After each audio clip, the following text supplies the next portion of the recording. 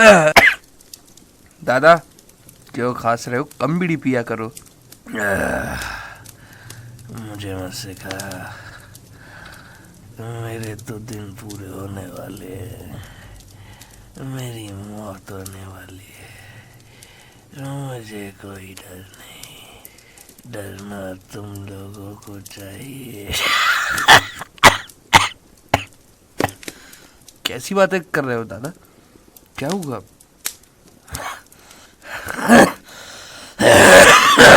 चले जा, चले जा, यहाँ से चले जा, पछताएगा नहीं तो।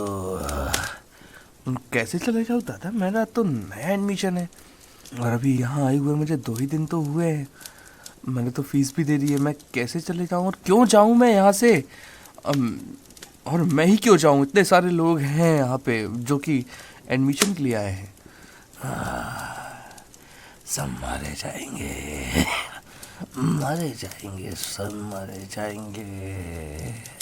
क्यों मारे जाएंगे दादा? और कौन मारेगा? वो मार देगी, सबको मार देगी वो। और शुरुआत वो तुझसे करेगी। दादा कौन मारेगा और मुझे क्यों मारेगा? पहले मैं समझ नहीं पा रहा। आप क्या बात कर रहे हो दादा? मुझे अच्छे से बताओ। तू खास है उसके लिए, बस इतना समझ ले। मारा जाएगा, मारा जाएगा।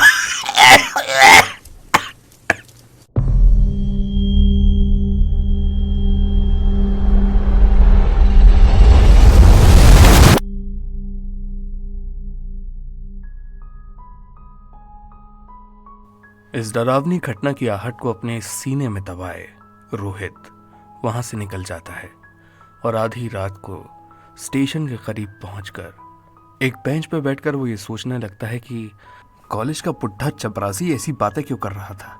वो रोहित की मौत का इशारा उसे क्यों दे रहा था? उसने ऐसा क्यों कहा था कि उसके सारे दोस्त मारे जाएंगे? क्या सचमुच वो चपरासी बुढ़ा किसी रहस्य के बारे में जानता है या फिर वो खुद ही कोई... नहीं, मुझे नहीं लगता कि वो चपरासी दादा कुछ सही कह रहा था। मुझे लगता है वो नशे में है। कोई आखिर इतने सारे लोगों की एक साथ जान कैसे ले सकता है? ऐसा कौन है जो इतने सारे लोगों को मारना चाहता है? कहीं वो चपरासी दादा ही तो भूत वूत नहीं है? नहीं, शायद वो नशे में अंड शंड बक रहा होगा। हाँ, वो नशे में भी तो लग रहा था। चलो जाने दो, मुझे क्या करना है। वैसे रात हो गई, मुझे टाइम से सो जाना चाहिए। हाँ, मुझे सो जाना चाहिए। रोहित चपरासी बुढ़े की बात को भूलकर अपने हॉस्टल के कमरे में सोने के लिए चला जाता है। रोहित दूर गांव से शहर पढ़ने के लिए आया था। उसका अभी अभी नया एडमिशन हुआ था। वो इन सब मामलों में पढ़ना नहीं चाहता था क्योंकि वो एक गरीब घर से आया हुआ था। उसके घर वालों ने उसे बहुत उम्मीदों से बाहर पढ़ने भेजा था। वो कोई भी ऐसा काम नहीं करना चाहता था जिससे उसके घर वालों की उम्मीदें टूटे। रोहित बहुत संकुचित लड़का था। वो ज्यादा किसी से बातचीत नहीं करता था, इसलिए उसका कोई वहां पर दोस्त भी नहीं बना था। रोहित को आए हुए पूरे 2 दिन हो चुके थे। वो बिल्कुल वहां पर अकेला महसूस कर रहा था। तभी वो सोचता है कि वो जाकर उस कॉलेज के चपरासी से बात करे। लेकिन जब वो चपरासी से बात करने के लिए जाता है तो चपरासी उसे कुछ ऐसा बताता है जिससे उसकी रात की नींद उड़ जाती है और सुबह जो होता है उसे देखकर सिर्फ रोहित ही नहीं बल्कि पूरा कॉलेज दंग रह जाता है।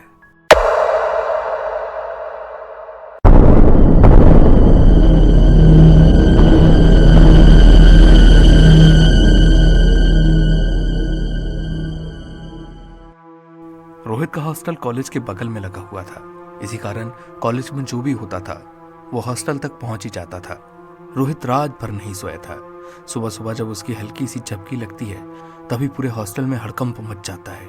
सारे लोग इधर उधर भागने लगते हैं। तभी पीछे से कोई चिल्लाता है, अरे कॉलेज की तरफ चलो। सारे लोग दंग थे।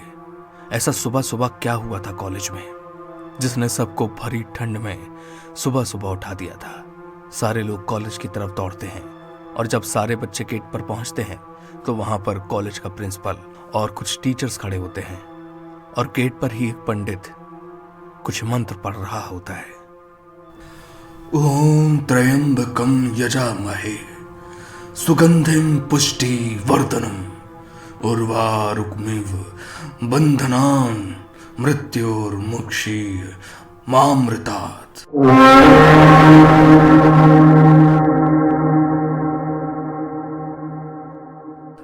रोहित और बाकी सभी लोग कॉलेज के ऊपर की तरफ लगे हुए घंटे की ओर एक टक नजर गड़ा के देख रहे थे। वो घंटा लगातार बजते ही जा रहा था और दूर से देखने पर उस घंटे के नीचे किसी के पैर लटक रहे थे।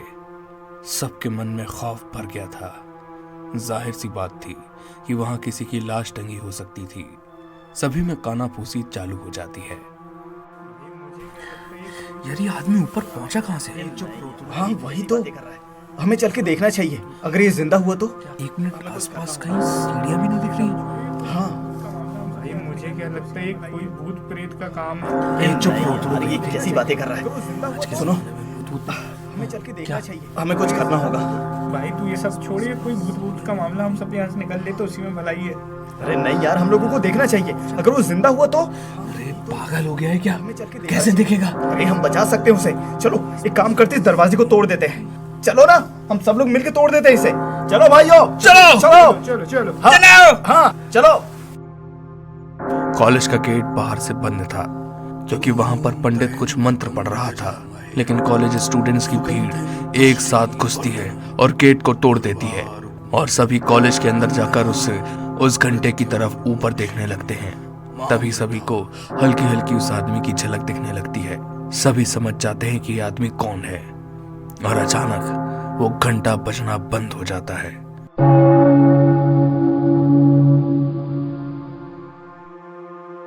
और फिर वो आदमी सीधे नीचे आकर गिर पड़ता है। वो सर के बल नीचे गिरा हुआ था। उसके सर से खून बह रहा था और उस आदमी की लाश के ठीक बगल में रोहित खड़ा हुआ था। इससे पहले कि कोई और कुछ कह पाता, अचानक रोहित के मुंह से निकलता है, चपरासी दादा। उस बुढ़े चपरासी की मौत हो चुकी थी, जिसने रोहित को उसकी मौत के बारे में आगाह किया था। सभी लोग हैरान थे कि अचानक क्या हुआ, पर किसी के दिमाग में अब यह ख्याल नहीं था कि किसने ऊपर उनको लटकाया और उनकी मौत कैसे हुई। अभी सिर्फ सबके दिमाग में यही सवाल चल रहा था कि वो लाश सीधे रोहित के पास आकर क्यों गिरी, जबकि रोहित तो दूर खड़ा था। सबकी नजरों में रोहित के लिए खौफ भर जाता है। सब डर से कांपने लगते हैं। इतने में ही पंडित आता है। गलत हुआ, बहुत गलत हुआ। अब कोई नहीं कुछ कर सकता। अनहोनी होके रहेगी। अलख निरंजन, अलख निरंजन। अनर्थ होगा, तूफान आ जाएगा, सब बर्बाद हो जाएंगे। कोई भी बच के नहीं निकल पाएगा। वो किसी को नहीं छोड़ेगी। ओम त्र्यंबकं यजामहे सुगंधिं पुष्टिवर्धनम् उर्वारुकमिव वंदना मृत्योर्मोक्षीय मामृतात्।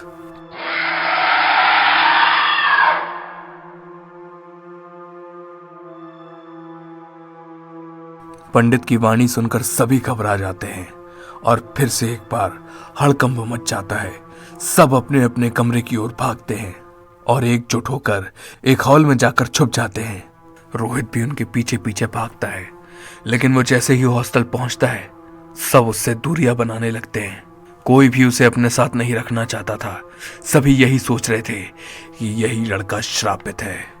मुझे भी अपने साथ हॉल में ले चलो, मैं यहाँ अपने कमरे में अकेले नहीं रह सकता। तू श्रापित है, तेरे चक्कर में ही हम लोग फंसे हुए हैं। तेरे कारण ही हम लोगों की जान चली जाएगी। तू हम लोगों के साथ नहीं रह सकता। मुझे तो लगता है तू ही भूत है। दोस्तों इसे कमरे में ही बंद कर देते हैं। इतने में सभी लोग मिलकर उसे कमरे में ही बंद कर देते हैं।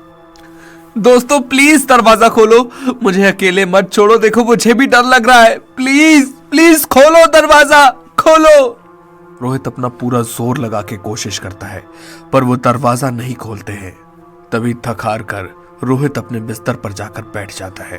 देखते ही देखते शाम हो जाती है। खिड़की से यूं बाहर अंधेरा देखते देखते रोहित की घबराहट और भी बढ़ जाती है और वो अपनी माँ को याद करते करते रोने लगता है। माँ, माँ, मुझे बहुत डर लग रहा है। मुझे नहीं पता मैं बचूंगा या भी नहीं।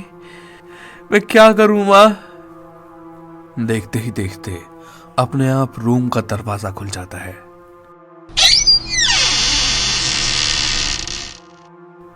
अरे, ये दरवाजा अपने आप खुल गया। लगता है लोगों को मेरे ऊपर तरस आ गया होगा। लेकिन रोहित जैसे ही दरवाजे की ओर बढ़ता है, वैसे ही दरवाजा फिर से बंद हो जाता है।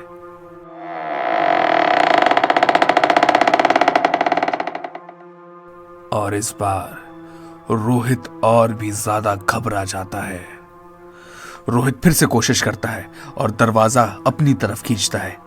वो लगातार उसे खोलने की कोशिश करता है, लेकिन कोई फायदा नहीं होता। फिर से रोहित थक हार कर नीचे बैठ जाता है और रोने लगता है। पूरे कमरे में अंधेरा था और कमरे की लाइट अब अचानक बंद चालू होने लगी थी। और इसी बीच जहां रोहित ने अपने जूते उतारे थे, वहां से हल्की हल्की आहट आने लगी थी।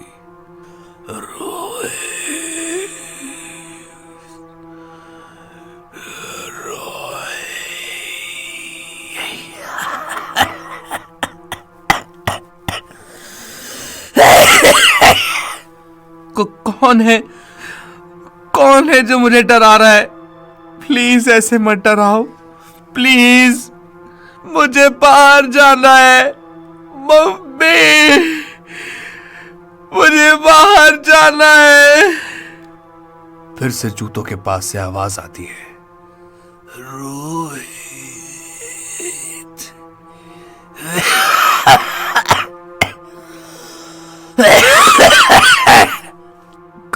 कहां से आ रही है ये आवाज?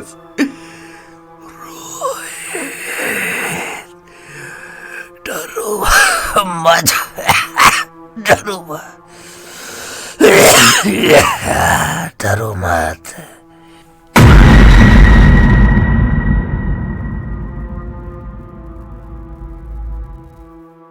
ये आवाज सुनकर रोहित की तो बोलती ही बंद हो जाती है। वो चुपचाप सदमे में बैठा हुआ था। उसे समझ में ही नहीं आ रहा था कि असल में उसके आसपास हो क्या रहा है। असल में वो इतना घबरा चुका था कि उसके दिल दिमाग ने उसका साथ देना ही बंद कर दिया था। बस उसकी आंखें उन जूतों को तक रही थी जहां से आवाज आ रही थी। कुछ देर बाद वो जूते अपने आप चलने लगते हैं और चलते चलते रोहित के करीब आकर रुक जाते हैं।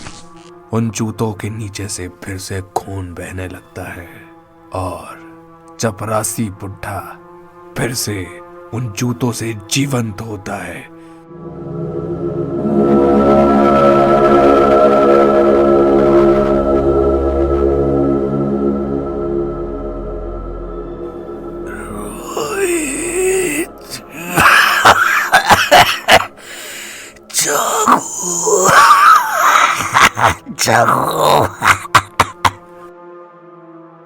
वो रोहित को बहुत जगाने की कोशिश करता है, मगर रोहित ऐसे सदमे में जा चुका था कि वो वापस नहीं उठ पाता।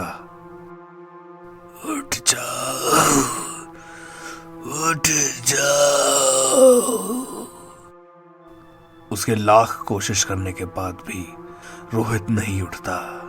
मैं तो तेरी भलाई चाहता था, इसलिए मैंने अपनी जान दे दी। मैं तुझे कुछ नहीं करूंगा। उठ जा, उठ जा।